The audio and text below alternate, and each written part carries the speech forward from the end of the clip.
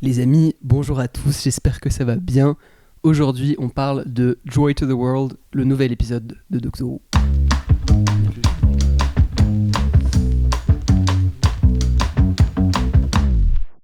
Bonjour à tous, j'espère que ça va bien. On se retrouve pour une nouvelle vidéo sur ma chaîne YouTube en format podcast où on parle de pop culture. Aujourd'hui, un invité troisième fois que tu viens sur la chaîne. Oui. Ouais. Avec plaisir, oui. Merci pour l'invitation. Avec plaisir. On a maintenant 2 micros, donc j'ai vraiment l'impression de faire une émission professionnelle.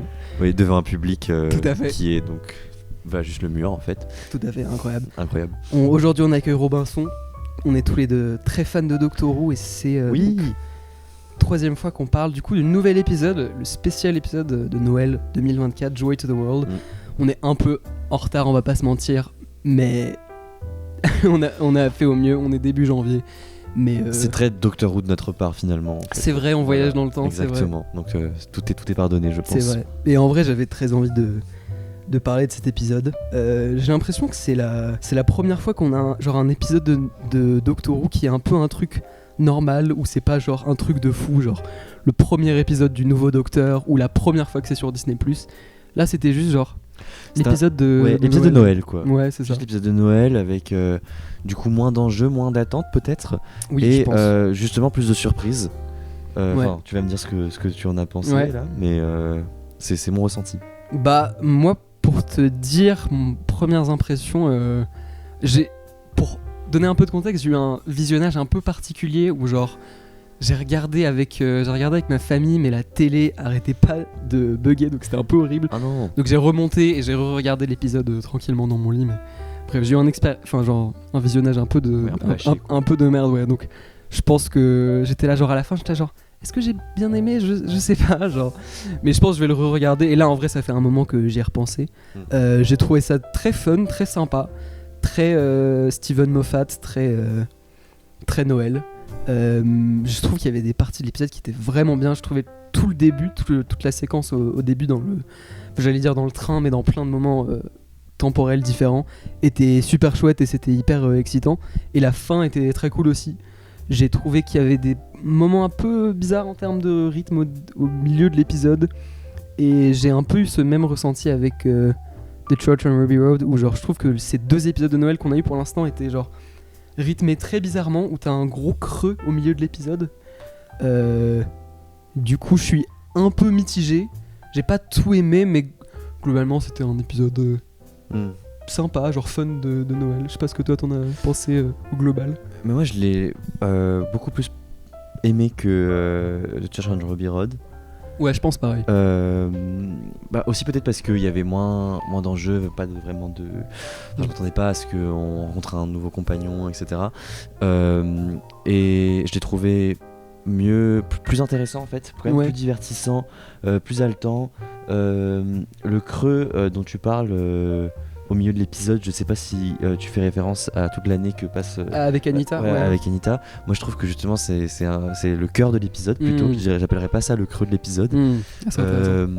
J'ai beaucoup aimé. Il faut dire que moi j'ai eu une expérience de visionnage un peu plus linéaire que toi, moins haché. Je t'envie. Et c'était formidable. Voilà, je recommande. Réessaye. Mais non, j'ai été ému par cet épisode. Ah c'est vrai? Ouais, j'ai vraiment été ému par cet épisode. Ok, trop bien. J'ai trouvé que on revenait vraiment à quelque chose de très Doctor Who. Enfin, c'est pas qu'on avait perdu ça, mais là j'étais par rapport à l'année dernière où on était un épisode de Noël un peu décevant avec le recul. Je trouve que là on était vraiment dans un esprit Doctor Who à Noël, avec quand même une histoire assez folle en inventivité, qui n'est pas épargné par des problèmes de rythme qui me semblent maintenant assez inhérents au soft reboot de Doctor Who depuis donc 2024, depuis l'année dernière. Il y a toujours ces problèmes en fait. Je pense que l'écriture a des ambitions qui dépassent le format, de l'épisode, mais ça m'a pas tellement plus dérangé que ça en fait. Ouais. En vrai je suis en partie d'accord. Je trouve que la partie avec Anita au milieu de l'épisode, c'était en vrai, c'est assez contradictoire parce que je pense que c'était probablement la meilleure partie de l'épisode. C'était hyper touchant et c'est marrant parce qu'on passe pas beaucoup de temps avec elle et en même temps j'ai l'impression qu'on apprend à la connaître plutôt bien et leur relation est est super chouette et leur relation est vraiment genre beaucoup meilleure qu'avec Joy avec Joy pour moi c'était un peu la déception de l'épisode. Joy, je trouve que elle est quand même à peine dans l'épisode alors que tout le marketing est sur elle. Du coup je sais pas si c'est vraiment un défaut de l'épisode mais plus une déception par rapport à ce à quoi je m'attendais, parce que genre elle est vraiment au centre de tout le marketing et au final elle est genre très peu dans l'épisode et il y a une partie de l'épisode où elle est possédée donc c'est même pas vraiment elle. Donc ça c'était un peu décevant, mais la partie avec Anita j'ai trouvé ça trop cool. Je pense que la meilleure partie de l'épisode c'était très Noël et c'était probablement la partie la plus drôle de l'épisode. Je trouve qu'il y avait plein de gags, genre quand ils sont dans la chambre avec le couple, il y a plein de moments comme ça et qui il dit étaient qu'il déteste attendre et ouais. le couple aussi du coup. Ou même le truc avec le Dalek, avec le je sais plus comment on dit ça, mais je suis d'accord que c'est un épisode que je trouve plus réussi que Church on Ruby Road qui était un peu enfin pas mauvais mais un peu étrange surtout au niveau du rythme. Mais pour moi même si j'adore cette partie au milieu, je trouve que c'est très genre on est en plein dans l'action au début de l'épisode, c'est hyper excitant, le rythme est très rapide, presque trop rapide. Pareil pour la fin de l'épisode et au milieu de l'épisode c'est comme si t'oubliais un peu les enjeux et du coup même si j'ai beaucoup aimé cette partie individuellement, je trouve que moi mon défaut avec l'épisode c'est que je trouve qu'il est un peu rythmé bizarrement. Oui, en fait, il y a une surtout. structure extrêmement composite, je trouve. Enfin, du coup, l'orchestration finale n'est peut-être pas. Semble un peu étrange, mais je trouve quand même que. Moi, en tant que spectateur, juste, j'ai accueilli cet interlude, on va dire, dans l'épisode très très positivement. Et même, je crois que c'est ce que j'ai préféré de l'épisode. Moi, parce que je m'y attendais vraiment pas. Je pensais en effet que le compagnon temporaire de l'épisode, ce serait Joy. Et en fait, on a ce personnage Anita. Moi, au début, je pensais qu'elle allait mourir en fait. Ou qu'elle allait, tu vois, typiquement le genre de personnage qui apparaît 5 secondes avant de se faire buter par un extraterrestre. Ouais, comme le Silurian. Et en fait, ça a été une surprise formidable. Je trouve qu'il y avait une alchimie très forte entre les deux acteurs. Et j'espère vraiment qu'on reverra ce personnage. En vrai, c'est pas impossible. Parce que je trouve qu'elle avait. Enfin, je pense que il y a une forme d'alchimie qui s'est produite entre l'écriture et l'interprétation qui fait qu'en fait, en 10 minutes, on a même peut-être moins en fait, on a eu l'impression de la connaître, de passer un an avec elle. Et je trouve que là, c'est vraiment le coup de force en fait de cet épisode. Enfin, c'est la façon dont ça a été, dont ces 10 minutes ont été exécutées sur un an du docteur qui vit une vie normale. C'est une idée que je trouve formidable. Je sais pas si on l'avait vraiment eu avant. Non, en vrai, je sais pas trop. Et je trouve qu'il était temps. Ouais. Et je trouve ça très touchant. Ouais, grave. Et non, la caractérisation de leur relation était efficace, pas superficielle. Et à la fin, j'étais vraiment ému quand ils se sont dit au revoir. Ouais, en vrai, moi aussi, ouais. Je trouve que ça marchait bien et c'était vraiment bien écrit, bien joué, et un peu tragique. Et je trouvais ça drôle, enfin, non, pas drôle, c'est pas le mot, mais du coup, assez intéressant le fait qu'il y ait deux compagnons dans l'épisode. Ouais. Mais en fait, ça aurait marché si l'épisode durait 1h30, quoi. Ouais, peut-être. Là, c'est vrai que du coup, il y a ce problème avec Joy qui est un peu sous-exploité dans l'épisode. C'est vraiment dommage, même si ils ont essayé un peu de lui échafauder une backstory plus ou moins bancale. Ouais. C'est un personnage qui avait l'air vraiment touchant, qui était touchant en fait, mais qui n'a pas été suffisamment creusé. Moi, je me demande si c'est pas en fait juste pour des raisons d'emploi du temps, parce que je me demande si ça se trouve, l'actrice Nicola Coughlan, ça se trouve elle était pas du tout disponible. Enfin, même la séquence qui se passe au moment de la fusion avec l'étoile, je me suis demandé s'ils avaient tourné ça en fait en même temps, parce que c'est juste des chants contre chants complètement que c'était pas en même temps. Complètement désolidarisés l'un de l'autre. Et je me suis demandé en fait si c'était pas pour des raisons plus triviales et techniques que un choix narratif. Oui, t'as peut-être raison. Ce qui est un peu chiant, parce que c'est pas la première fois que ça arrive dans cette ère, mais dans ce cas, genre limite n'utilise pas Nicolas Coughlan ou je sais pas. Moi, je m'attendais vraiment à ce que ce soit un truc un peu comme Donna. Ouais. Le premier épisode avec Donna où genre on la voit une fois et ensuite on la revoit. Alors que là, son histoire a l'air d'être assez. C'est terminé quoi. Elle termine très vite et en fait je me suis dit mais déjà. Ouais. C'est passé assez vite. Après, la séquence à la fin était touchante. C'est toujours assez bizarre quand on parle de Covid dans genre un film ou une série récente. Ouais. Ça me fait toujours bizarre. Et je sais pas si j'aime bien ou pas, mais en tout cas, je trouvais que c'était émouvant. Et même si elle est sous-exploitée, Nicolas Coughlan était vraiment génial dans l'épisode. Les quelques scènes qu'elle a, elle était très touchante. Le moment où elle s'énerve contre le docteur. Qui odieux avec elle. Ouais, c'est horrible. Ouais. Bah, Steven Moffat avait beaucoup teasé ce moment. Je me suis dit pourquoi. Ouais, il était là, genre, il y a une scène dans le nouvel épisode où le docteur est hyper méchant. Et en vrai, le docteur, il a déjà eu des moments méchants, mais là, c'était genre. En fait, on savait trop, genre. Bah, on savait que c'était pas. Qu'il faisait ça pour une raison autre que, tu vois. Oui, mais je trouve qu'il s'est pas suffisamment excusé. Ouais, et même, elle a très vite fait, genre. Ah, merci. Merci d'avoir insulté, genre. Genre qu'il lui dit des horreurs. Mais t'inquiète, c'était pas de problème pour moi. Ouais, c'était un peu. C'est vrai que c'était peut-être passé un peu vite. Mais après, c'était pour sauver sa vie. Oui, donc c'était pour des bonnes intentions. Évidemment. Mais non, ça m'a fait vraiment mal au cœur. Mais je pense que j'étais un peu hypersensible parce que c'était Noël, Doctor Who, j'étais content. Forcément, je ne pouvais qu'adhérer à l'épisode. Oui, c'est vrai que on aurait aimé en savoir davantage sur elle. Est-ce qu'elle passe plus de temps avec le docteur? Et c'est vrai que c'est un peu paradoxal parce qu'on se retrouve avec en fait une alchimie en deçà par rapport à celle qu'avaient Anita et le docteur. Grave. Et à la fois je trouve que c'est une surprise assez bienvenue parce que pour le coup ça n'avait pas du tout été teasé. Et donc j'aime bien aussi quand on est vraiment surpris, quand il y a quelque chose dans Doctor Who qui vient te saisir comme ça et tu t'y attendais pas et ça n'avait pas du tout été teasé, parce qu'il y a quand même tout un arsenal maintenant de marketing qui gâche un peu la surprise à certains égards. Donc non, ça c'était vraiment une surprise vraiment chouette. Je suis d'accord, c'est cool. Et le concept même de l'hôtel du temps, ouais, ça c'était génial, est vraiment génial. C'est une idée très de Steven Moffat en fait. C'est très Steven Moffat. Ça lui va parfaitement. Bah, vraiment. On comprend que ce soit lui qui ait eu l'idée.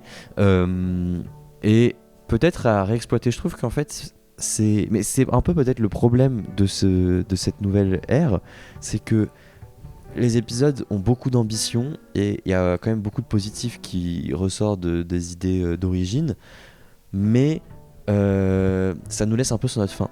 Et à chaque fois on se dit ce serait bien si c'était une graine qui allait être je sais pas, qui allait germer pour plus tard revenir dans un épisode. Et là pour le moment je crains que non en fait. Ouais, bah je pense. Je me demande quel sera l'héritage de cette nouvelle ère et quel regard on portera sur elle. Ouais, je me questionne un peu dessus. Enfin, on sort légèrement de l'épisode, mais c'est vrai que je me questionne un peu genre sur le format de Doctor Who, parce que je trouve que on a déjà parlé de la saison 1 et globalement, moi je trouve qu'elle est bien et très bien par moment et qu'il y a plein de bonnes idées. Mais je trouve que fondamentalement le format ne marche pas dans 8 épisodes. Oui. 8 épisodes, 50 minutes, c'est pas assez. C'est pas. Soit tu fais 8 épisodes et tu fais vraiment des épisodes de 1 heure. Ouais. Ou alors tu fais au moins 10 épisodes et là ça peut marcher. Je pense que 10 vraiment. C'est genre la limite. Je pense aussi que c'est genre. Là ils testent un peu plein de choses et que peut-être la saison 2, la saison 3 ça évoluera et il y aura peut-être un côté un peu plus. Je sais pas comment dire ça en français, genre serialized. Un côté où séquencé, tous les épisodes sont liés, oui. Un peu comme la saison 13 de Doctor Who ou la saison 9 qui avait plein de épisodes en deux parties, ou la saison 6 ça pourrait marcher, ça pourrait faire que t'aurais envie. Soit tu fais un truc vraiment genre épisode par épisode, aventure par aventure, où tout est détaché, soit tu fais vraiment un truc où il y a un peu un lien et une histoire, un peu comme Loki aussi, la saison 2 de Loki, qui est vraiment génial aussi et qui pareil parle un peu de voyage dans le temps. Je sais pas, moi je pense qu'il faut un peu de temps pour voir genre la saison 2, est-ce que c'est pareil, et c'est vrai que pour le moment je trouve qu'il y a des choses un peu sous-développées par moment. C'est juste par manque de temps en fait. Bah c'est ça, mais bon après je pense que c'est à soi après de choisir si ça, à quel point ça nous dérange ou pas. Moi ça me dérange très relativement quand même, parce que ça dépend des épisodes. Le plaisir de retrouver Doctor Who pour cet épisode a fait quand même toute la magie pour moi tout le travail. Non mais c'était trop cool de voir l'épisode. Je me demandais alors, qu'est-ce que toi t'as pensé parce que c'était le premier épisode où on voyait le 15e Docteur tout seul en fait. Ouais. Et qu'est-ce que t'en as pensé? Ah bah franchement ça je trouve que c'était un des meilleurs aspects de l'épisode. Bah je suis tigue à toi, je trouve que c'était un meilleur aspect de l'épisode. Je trouve qu'on voit un côté un peu plus sombre du personnage qu'on n'a pas trop vu, un peu, mais dans la saison 1, bon il pleure beaucoup mais il est quand même très, très léger, très bubbly. Et là on voit un côté un peu plus sombre, un peu plus solitaire, un peu plus de problèmes avec lui-même ou genre il se déteste un peu. Oui, ce moment où il s'invective. Ouais, ce moment où il s'insulte qui était dans le trailer et qui était hyper impactant et c'est genre ça te brise le cœur quand ça arrive. Donc franchement je trouve que ça c'est un des aspects qui marchait le mieux.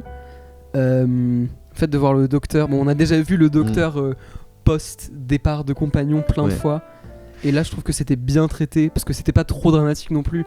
En mode genre quand il a perdu Rose c'était pas la même chose, là il a perdu une amie mais bon elle est pas morte, elle est encore là et du coup oui il peut la recontacter quand c'était traité avec le bon niveau de drame. Mais ouais moi je trouve que c'était une des meilleures parties de l'épisode. Et en même temps je trouve que quand même il y avait un peu de redite. Bon forcément c'est Doctor Who, le docteur est voué à perdre ses compagnons, mais oui je trouve que là il renouait un peu avec bah, tu sais ces épisodes post-départ de compagnons où il y avait, enfin surtout pour David Tennant ou pour Matt Smith, et donc là j'avais l'impression de revoir un peu une trace de ses précédentes incarnations dans lui, ce qui à la fois n'était pas désagréable puisque ça contribue à, si tu veux, à solidifier en fait la succession des docteurs, et en même temps on revient un peu à toujours ce moment où le docteur il est pas bien, il faut you need to find a friend, tu vois. Et bon après moi je trouve pas ça désagréable en soi, mais c'est vrai que il a pas innové quoi. Non, il a pas innové dans ça. C'est un peu répétitif. Pardon. Non, oui, c'est un truc que j'ai pas dit, mais je pense que c'est un truc où surtout à la fin de l'épisode où j'étais un peu là, genre j'ai l'impression qu'il y a plein de choses intéressantes avec ce nouveau docteur, qui sont à la fois cohérents avec le personnage et en même temps différents de ce qui est venu avant, qui marchent très bien. Enfin, il y a un côté vraiment frais et nouveau avec ce docteur. Mais je trouve qu'ils savent pas trop quoi faire avec le docteur, parce que genre il y a tout un truc par rapport aux chaises dans cet épisode, où genre il faut que, parce que t'as des chaises quand t'invites des amis chez toi, ou un canapé, et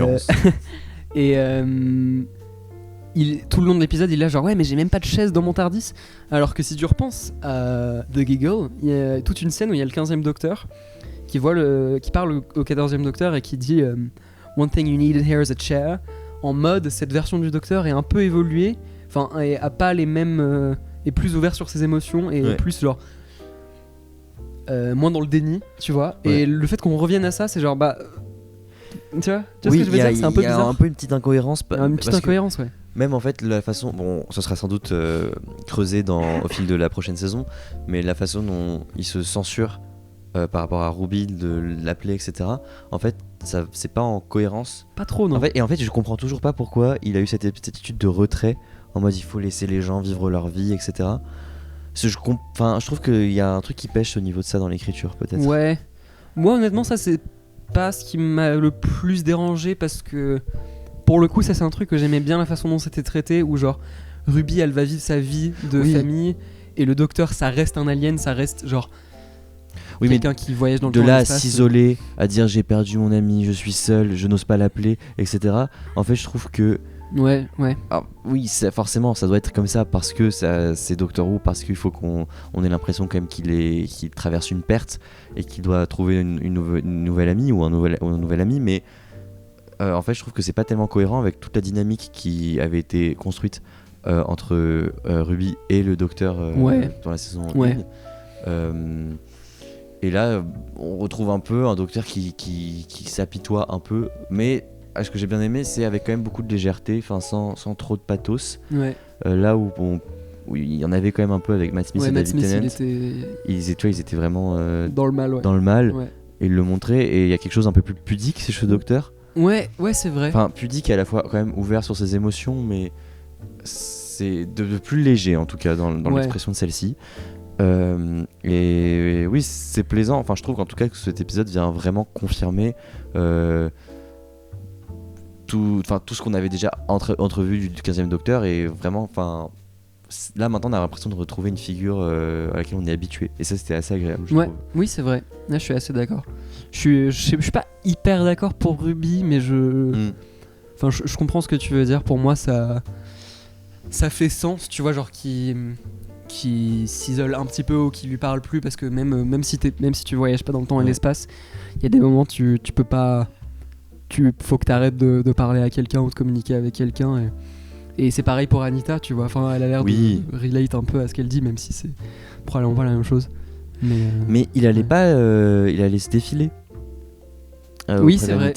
Si elle ne l'avait pas surpris en train de déposer le petit cadeau sur le comptoir. Et après il a baragouiné une sorte d'excuse, un mensonge complet. Et en fait, il fait ça parce que c'est le docteur. Mais je trouve que c'est pas un move très 15e Docteur de faire ça. Ouais, je vois ce que tu veux dire. Mais bon, après les docteurs ils sont comme ça, c'est-à-dire peut-être qu'au début ils ont une forme de personnalité qui se distingue des précédents, de leurs prédécesseurs, mais après au fil des expériences, des blessures et des traumatismes, ils sont rattrapés par leur tropisme.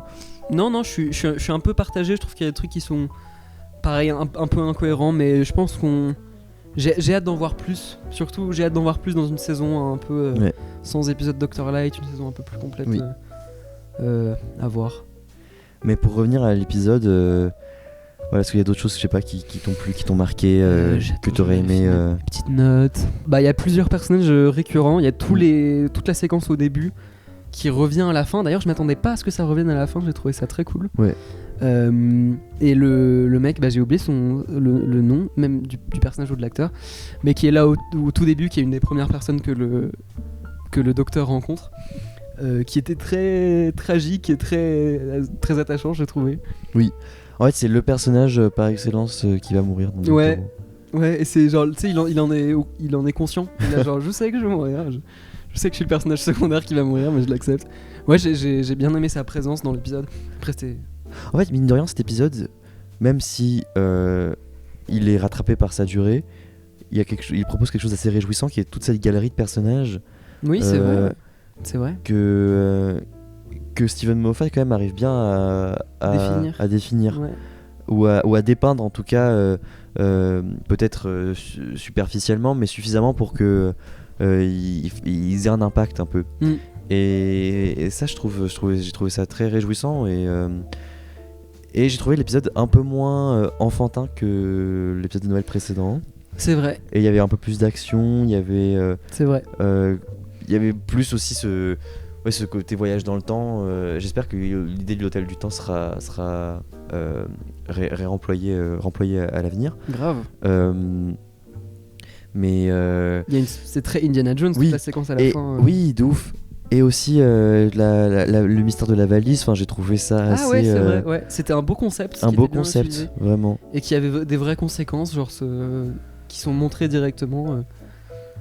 Et puis j'aime bien les épisodes qui malgré tout contiennent, malgré leur durée assez restreinte, contiennent toute une amplitude temporelle. C'est-à-dire là, quand même, dans cet épisode, il y a eu donc 1 an passé au jour le jour pour le docteur, mais il y a eu aussi le moment où le dinosaure chope la valise, des millions d'années qui s'écoulent jusqu'à l'an 1 de notre ère, et oui, en même temps, ces expéditions au sommet, je sais plus au sommet de quelle montagne c'était. Je sais plus non plus, honnêtement. Au sommet. J'aurais dit l'Everest. C'était peut-être l'Everest. Ouais. Moment de culture. Moment gênant. Mais et aussi dans l'Orient Express. Oui. C'était trop drôle de voir le docteur juste se tromper de lieu. Donc ça, c'est quand même des aspects que j'ai trouvé vraiment chouettes. Non, je pense que et qui ont maintenu l'épisode dans une certaine légèreté, mais dans un esprit très Doctor Who, qui moi m'avait manqué. Enfin, je dis pas qu'on avait perdu du tout cet esprit, mais c'est juste ça faisait genre 6 mois qu'on n'avait pas eu de Doctor Who, et il aurait été dommage que l'épisode soit une redite de celui de l'année dernière. Ouais, non, c'est sûr qu'il était vraiment différent. Et je me dis, waouh, Moffat, il arrive toujours à inventer, imaginer des trucs. Quand même, c'est chouette, genre. Bah, de toute façon, Moffat, je trouve qu'il écrit toujours mieux quand c'est pas lui le showrunner. Oui. Genre, tous les épisodes que Moffat a écrits sous RTD sont des bangers. Enfin, celui-ci, c'est peut-être un peu en dessous pour moi, et encore, je l'aime bien. Mais genre, boum, et enfin, même tout dans tout RTD1 à chaque fois. J'ai hâte de pouvoir voir la saison 2 pour après et d'établir un classement un peu et voir où cet épisode se situera dans le classement. Ouais, grave. J'ose espérer, moi qui l'ai bien aimé, qu'il sera quand même bas et que du coup le niveau sera élevé. Ouais, non, moi aussi. Non, je suis assez d'accord que c'est cool qu'il arrive toujours à... Enfin, en vrai, on n'a pas l'impression qu'il fait trop de redites et que, enfin, il a un style reconnaissablement Moffat. Oui. C'était un peu moins sexuel que d'habitude, je pense. Genre, oui. Genre Moffat, il s'est peut-être un peu calmé sur ces 2 derniers épisodes. Tout le monde a moins envie de se ken H24. C'est vrai ça. Il y a juste une blague, je pense. Oui. Sur Flash Will Rise. C'était là, genre. Mais non, c'est le côté Disney, peut-être, diront certains détracteurs. Je pense pas, non. Non, je pense pas en vrai. Non. Non, mais ouais, je pense que... Enfin, je pense que c'est un épisode que je vais plus apprécier en le regardant dans des conditions ok. Oui. C'est un peu dommage, mais bon, c'est pas grave. Je pense qu'à l'avenir, je regarderai toujours. Si Noël te manque, tu resimules une journée de Noël et puis tu regardes Doctor Who comme ça. Avec un casque VR, je serai tout seul chez moi. Non, mais... J'ai oublié ce que j'allais dire. Oui, je pense que c'est un épisode que j'apprécierais plus, même juste en le regardant une deuxième fois avec sans les mêmes attentes par rapport à Joy que je trouve un peu sous-exploité. Un dernier truc dont on peut peut-être parler, c'est le truc avec Bethléem à la fin. Oui, j'allais justement te poser la question. Ouais, moi quand j'ai vu ça, j'ai fait est-ce qu'il y a des gens qui vont être pas contents, tu vois? Est-ce qu'il y a des gens religieux qui regardent Doctor Who qui vont être là genre? Après, je sais pas, je suis pas très religieux moi-même, donc je sais pas si c'est un motif de insultant, ouais, je sais pas, mais j'ai trouvé ça très surprenant. J'ai trouvé que c'était une belle idée. C'était marrant, ouais. C'était marrant. Ouais, et j'ai vu un truc comme quoi il y a Vanguard qui est une sorte de méchante corporation qui est présente dans la saison 1, c'était dans Boom déjà. Dans Boom, ouais. Je sais pas si elle est présente dans d'autres épisodes, je me souviens plus honnêtement, mais en tout cas il y a une grosse présence de Vanguard dans Boom et dans cet épisode. Et il y a une théorie qui dit que Vanguard, au final, ils ont réussi leur mission parce qu'à la fin, Joy, elle va dans le ciel et ça devient l'étoile dans le ciel. Et du coup, cette étoile donc crée la religion qui est après encore dominante et utilisée par Vanguard dans le futur. Donc en fait, leur but c'était que Joy aille dans le ciel pour créer cette religion, tu vois, je sais pas si j'explique bien, mais ce sera pas aussi poussé. Je pense que en fait, il y a moyen qu'on revoie jamais. Peut-être que l'étoile va peut-être ressurgir en mode clin d'œil à un moment dans Doctor Who, parce qu'en vrai, c'est une super opportunité de narrative en fait, de refaire revenir l'étoile un petit moment comme ça. Oui, ça serait drôle. Sans faire revenir en plus Nicolas Coughlan, tu vois, genre juste non. Il y a l'étoile et tout le monde la regarde. Ouais, grave. Mais non, moi j'ai trouvé que c'était. J'ai trouvé ça chouette parce qu'en plus c'est vraiment Noël. Bah oui, c'est vrai, ouais. Et donc c'est un. Et puis en plus ils vont dans toutes les temporalités. Moi je le vois plus comme un clin d'œil que comme quelque chose de fondamental en fait. Je pense que ça va pas. L'aspect c'est l'étoile de Bethléem, ça va pas être réexploité du tout. Ah non, je pense pas que ça va être exploité. Mais je pense qu'en tout cas la présence en revanche de Vanguard. Voilà, tu le dis mieux que moi, reviendra et peut-être sera même déterminante dans la saison 2, qui sait. C'est très possible, ouais. En vrai il y a plein d'éléments. Moi s'il y a juste un truc que je dirais, c'est que genre je pense qu'il y avait, à titre personnel, quand j'ai vu le texte apparaître avec Bethléem 001, j'étais là genre, je sais, j'avais compris, et genre je pense que j'aurais préféré qu'ils mettent pas le texte parce que moi j'aurais pas nécessairement compris. Moi j'ai trouvé ça un peu trop, genre ok, au cas où vous avez pas compris, on va mettre le texte. En gros c'est genre, tu sais, limite c'est un poil ouvert à l'interprétation et c'est genre, mais c'est assez évident, tu vois. Et là c'était juste genre, j'avais l'impression qu'on nous prenait un tout petit peu pour des cons. Après j'allais dire c'est Doctor Who dans le sens où on fait pas. Enfin, non, c'est vrai qu'il y a eu des moments assez subtils, mais ils font pas toujours nécessairement dans. C'est vrai. Moi, je pense que c'est un détail, mais j'aurais préféré. Ouais. Peut-être. Ouais, c'est vrai. Maintenant que tu le dis, j'y avais pas pensé. Ça m'avait pas dérangé sur le moment, mais. Bah, en fait, c'est peut-être aussi parce que j'avais déjà. Je pense que c'est un peu le problème de trop être sur Internet et peut-être pour l'avenir. Comme ce qu'on disait tout à l'heure, c'est bien de pas trop savoir grand-chose avant de voir un nouvel épisode, et j'ai l'impression que pour la saison 2, on n'en sait pas grand chose, on en parlera après, et c'est assez agréable, contrairement à la saison 1 où il y avait genre tout l'épisode avec les Beatles ou plein de trucs où en vrai on n'était pas trop surpris par genre le défilé de l'histoire. Ils avaient teasé tellement de guests. Oui, c'est vrai. Ils avaient annoncé tout le casting. Ils avaient annoncé tout le cast avec Jonathan Groff et tout, alors que là pas trop. Mais du coup, pour revenir à la fin, du coup je m'y attendais un peu parce que j'avais entendu dire que la fin était surprenante, et du coup j'étais là genre ils vont faire le truc de l'étoile de Bethléem, et du coup pendant toute la séquence je me disais ils vont le faire, et après ils ont mis le texte et j'étais là genre I get it, tu vois, c'était plus ça, mais encore une fois c'est pas très grave. Et aussi la logique de en fait la mère de Joy qui va être absorbée par l'étoile. Ouais. Pourquoi ? Je sais pas, parce que c'est Noël. Parce que voilà, c'est Noël. C'est Noël. C'est mignon. Et c'était émouvant, c'était un peu hard. Alors, la première fois que dans Doctor Who on parle du Covid, comme tu le. C'est vrai ? Et ouais, parce que c'est un impensé de la série, même quand pendant les années où ça se passait, on parlait la saison pas 13, du Covid. Ouais. Et tu sais quoi ? C'est très bien comme ça, parce que j'en ai. Moi, ça me fait un peu chier quand il y a genre. Des séries qui se sentent obligées. C'est genre, non, les gars, on l'a vécu, on n'a pas besoin de. Mais en même temps, je pense qu'il peut y avoir. Enfin, une fois qu'on aura suffisamment de recul, ça peut être oui, pourquoi pas. Une période assez intéressante non, mais grave. À exploiter. C'est genre une brèche dans l'espace-temps. Ouais. Moi, c'est plus le fait que le côté, genre, on se sent obligé d'en parler quand ça vient d'arriver. Mais oui, je pense qu'avec du recul, ça peut être intéressant. Et est-ce que tu veux qu'on parle de la saison 2 là ? Bah ouais, je pense que. Globalement, j'ai trouvé ça sympa. Je trouve qu'il y avait des petits problèmes de rythme dont on a parlé au milieu de l'épisode. On verra ce que j'en pense quand je l'aurai revu. Oui. Je mets ma note ici. Et la mienne ici.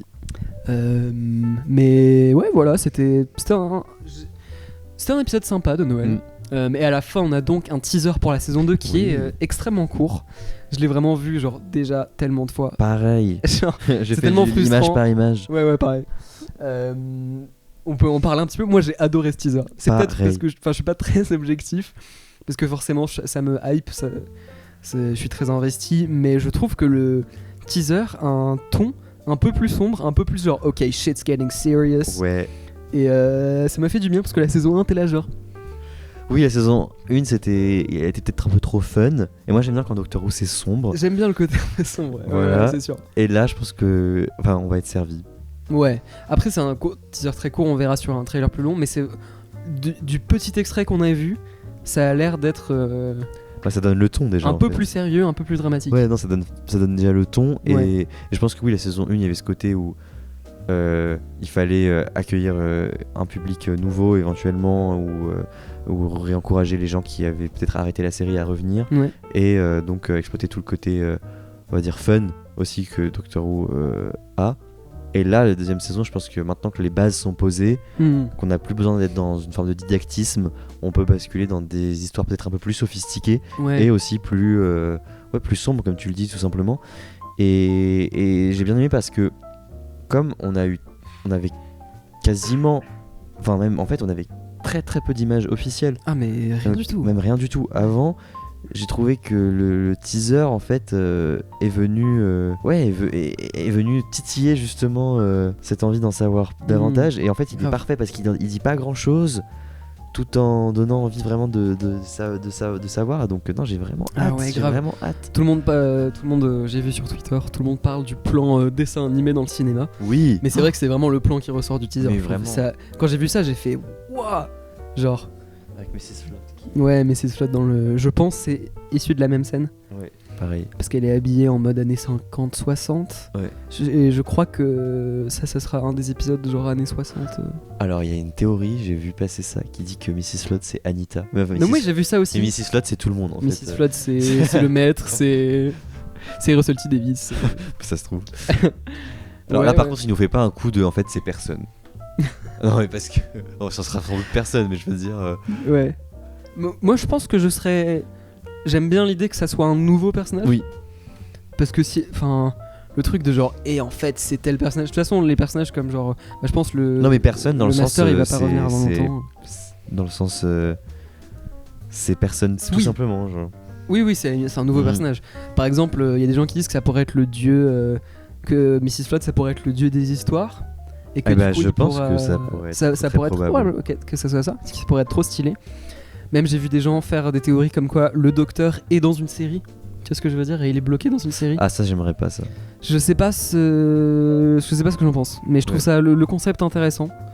Et de toute façon, avec ce truc du cinéma dans cette séquence avec le dessin animé qui prend vie, bah ça soutient plutôt cette théorie. Et en vrai, ça pourrait être. Enfin, le potentiel est très haut. Je suis un peu mitigé sur la façon dont ils ont utilisé les dieux pour l'instant. Oui. Mais ça, c'est vraiment un truc que j'aime bien. J'aime bien le fait d'avoir des méchants comme le Toymaker qui sont genre. Qui ont pas trop de règles et en même temps, c'est ça qui fait qu'ils sont vraiment menaçants parce que genre ils font comme ça et tu deviens une petite fleur et tu meurs. Et en plus, ça a l'air de faire peur. Genre, ça faisait un peu peur, je trouve. Oui, et ça fait peur, creepy, c'est sombre.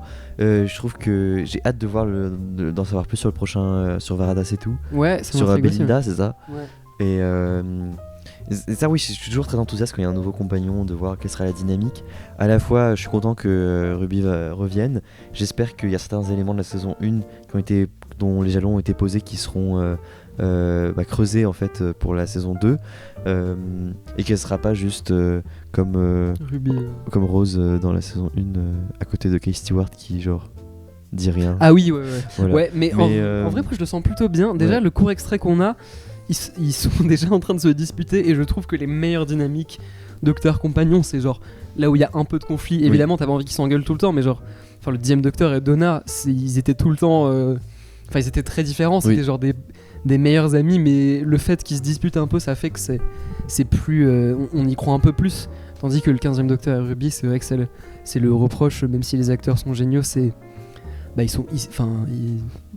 leur relation est cool et ensuite elle développe pas trop, elle reste elle la même. stagne quoi. Elle stagne de ouf et ils sont toujours contents, ils sont besties et c'est cool, mais au bout d'un moment on n'y croit plus trop. Ouais. C'est un peu superficiel. J'ai l'impression que le personnage de Belinda, elle va être coincée en fait avec le docteur. Mais je pense aussi, ouais. Et je trouve que c'est un angle intéressant. Ouais. C'est-à-dire qu'elle sera pas son choix de voyager avec le docteur. Et donc je pense que ça peut être très très intéressant pour une nouvelle dynamique de compagnon. Je sais pas si on avait eu quelque chose d'analogue avant. Comment ça? Bah de similaire. Ah non, je crois pas en vrai. À part avec Donna pour l'épisode des 60 ans, pour juste une excursion, mais c'était pas même là, elle chose. était contente de le voir et mais tout. Là, je pense en fait qu'il y aura un fil rouge beaucoup plus consistant en fait dans la saison 2. Ouais. J'ai l'impression de ce qu'on devine que le docteur voudrait aller en 2025 et qu'il puisse pas y aller, enfin en tout cas qu'il doit aller quelque part et qu'il doit faire un gros détour et que donc ce gros détour sera la saison 2. Et justement, je trouve que c'est bien s'il y a un fil rouge plus concret que dans la saison 1, même si on avait un quand même. Mais j'ai l'impression qu'il y aura une montée, j'ose espérer qu'il y aura une montée en tension crescendo qui va nous mener vraiment vers les épisodes finaux. Il y a moyen qu'il soit assez spectaculaire. Ouais, je suis assez d'accord. Et s'il vous plaît, ne nous révélez pas grand chose. C'est vrai. Bon, s'il vous plaît. C'est vrai. Mais de toute façon, on n'a pas beaucoup d'infos. Mais oui, mais au fil des mois, ils vont sans doute égrener. C'est vrai. Non, mais de toute façon, moi, je vais peut-être essayer d'aller moins sur les réseaux et de me faire plus surprendre. Résolution 2025. C'est vrai.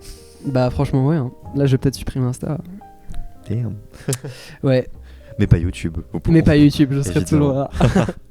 Ouais. Non, je suis assez d'accord. On parlait du format tout à l'heure et je pense qu'un truc un peu serialized avec une continuité, ça pourrait marcher très bien. Et là, pour le coup, sur 8 épisodes, je pense que ça peut très bien marcher. Ouais. En vrai, si tu veux, il y a le petit extrait qui était dans Doctor Who Unleashed qu'on peut regarder si tu veux. Oui, je l'ai pas vu. On peut regarder, on peut réagir à ça. Enfin, moi, je l'ai déjà vu, mais on peut avoir ta réaction. C'est très court, mais c'est sympa. Of Doctor Who.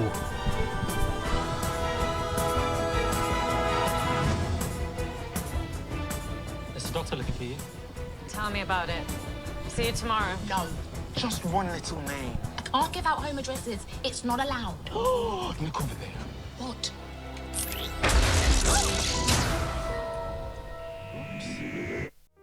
Et voilà. C'est très court, mais c'est marrant. Ouais. Il est très très gaffeur là. Oui, c'est vrai. Avec un Sonic donc, jaune. Elle travaille dans un hôpital comme Martha. C'est très Martha quand même. Un nouveau compagnon écrit par RTD, post-compagnon blonde. Oui. Qui est métisse et qui travaille dans un hôpital. Ouais. C'est un peu drôle. Mais ça j'avais jamais pensé. Et il y a moyen que le troisième compagnon soit Anita, du coup, qu'on a vu dans l'épisode de Noël. Ah là là. Entre deux. Les gens le veulent, j'ai l'impression. Ah, mais revoir Anita. oui. On le veut. Bah écoute, non, On verra très marrant cet extrait. Ouais. Je sais pas trop quoi dire de plus. Non, mais c'était juste pour te montrer, mais c'est rigolo. Moi, le fait d'avoir Ruby qui travaille pour Unit, je sais pas. Je commence à en avoir un peu marre de genre Kate Stewart qui est là, genre, allez, Allez, viens. recrute tout le monde. Allez, t'as 13 ans, viens travailler pour moi. T'es là, genre. It's a bit weird, genre. Moi j'espère qu'elle va pas travailler pour Unit justement, mais juste qu'elle va être amenée à juste collaborer vite fait parce que justement le docteur n'est pas là, il doit venir et en attendant elle peut que travailler avec eux. Ouais. Mais Ouais, je disais ça par rapport au plan oui. dans la bande-annonce avec Ruby. Oui. Ouais, I don't know, on verra. Et bah écoute... Enfin, elle fait beaucoup contre le chômage, Kate Stewart. C'est vrai, franchement. Mais et d'ailleurs, il y a Shirley qui revient. Oui, j'ai trop hâte. On la voit un petit peu dans la bande-annonce. Ça va bien. C'est cool. Moi, je trouve que Maurice, il est sympa, mais déjà avec du recul, je suis là, genre, on a quand même très vite accepté que genre, il y a un enfant qui travaille pour Unit. Genre, oui, c'est un génie et tout. Mais t'as un enfant, t'as deux enfants, t'as Rose et t'as Maurice. Oui. Et c'est un peu. Alors que Rose avait vraiment rien à faire là-bas. Quoi. Ouais, c'est un peu bizarre. Je sais pas, mais. Dans des situations hyper dangereuses. Ouais. Oui, c'est sûr. Ok, maintenant, il y a que les personnes essentielles qui restent dans la pièce. Ok ? Donc toutes les personnes de l'armée, vous partez, mais par contre, Rose, tu restes dans la pièce. Parce qu'on a besoin que tu. On a besoin que tu On a restes besoin debout. que tu joues sur un iPad et que tu sois là, genre. C'est très important. Ouais. Non mais on aime ce personnage, c'est juste qu'on voudrait qu'il soit mieux exploité. Là. Il a pas eu le traitement qu'il méritait. Ouais, c'est sûr. Bon, de toute façon, on verra bien. J'ai vu des rumeurs circuler comme quoi. Bah, de toute façon, RTD, il a beaucoup dit que la saison 2 sortirait plus tôt que ce que l'on pense. Donc, peut-être plus tôt que l'année dernière, mai-juin. Il y a une rumeur qui dit 29 mars. Ouais, j'ai vu ça, ouais. Moi, je pense que ce serait bien. Pourquoi pas. En dehors du fait que j'ai hâte, je pense que c'est une meilleure période pour la série. Alors que le début d'été. Moi, quand le final il est sorti le 28 juin, j'étais là, genre. Pour moi, Doctor Who, c'est un truc que tu regardes quand il fait froid dehors. Je sais pas si t'es d'accord, mais. Enfin, en tout cas, je trouve que c'est quelque chose qui doit accompagner le retour des jours meilleurs, j'ai envie de dire. Et donc, cette dynamique. Ça sera sans doute au moment de l'heure d'été. Ouais. Je sais pas. On repasse à l'heure d'été, on a Doctor Who qui revient. Ah, moi j'aime bien. Bah, en tout cas. Bon, bref. on s'égare, on divague. Bref, je pense que ça va être. Et la météo aussi. Parlons-en. Est-ce que vous avez la déprime saisonnière ? Moi, un peu honnêtement. Mais franchement, là, j'étais en Angleterre. Quand je sortais, c'était Slenderman de jour. Je sais pas si t'as déjà joué à Slenderman. C'est horrible ce jeu. C'était horrible. Genre, le soleil se couchait à 16h. C'est énorme. Si tu fais la grasse mat, t'es là, genre. Oui, ma journée dure 3 heures. Mais et en plus, genre, juste nos heures de lumière, c'est juste des nuages. Enfin, c'est comme si on avait mis un couvercle. Moi, je trouve qu'on a mis un couvercle sur une certaine partie de la France dont on est, à Paris. Et voilà. Bref, voilà. Tu vas pas garder ça. Dites-moi ce que vous en pensez dans les commentaires. Je trouve ça un peu drôle. Les amis, je pense que ça va être à peu près tout pour aujourd'hui. On commence à parler de la météo, donc je pense que c'est. Ouais, on s'égare. On s'égare un peu. Dites-moi ce que vous en avez pensé dans les commentaires de l'épisode. On veut savoir. Les Français veulent savoir. Même les Français veulent savoir. Et même plus que les Français, le monde veut savoir. Le monde veut savoir. Non, mais en vrai, il y a des gens qui commentent parfois leurs avis et tout. Donc, dites-moi ce que vous en avez pensé, ça me ferait plaisir. Je réponds à tout le monde. Merci à toi, Robinson, de me rejoindre. Avec plaisir, c'était trop bien. C'était un plaisir de refaire ça avec toi et de. Merci. Avec grand plaisir de parler de Doctor Who. On se retrouve sur cette chaîne à d'autres moments pour d'autres vidéos. Là, il y a plein de vidéos qui vont sortir sur mes récaps de 2024. Et on se retrouve dans les prochains mois pour parler de tous les épisodes de Doctor Who. Je pense que je referai une vidéo par semaine comme ça. Ouais. Et tu es la bienvenue. Ah bah avec plaisir. Des gros bisous. Oui, salut.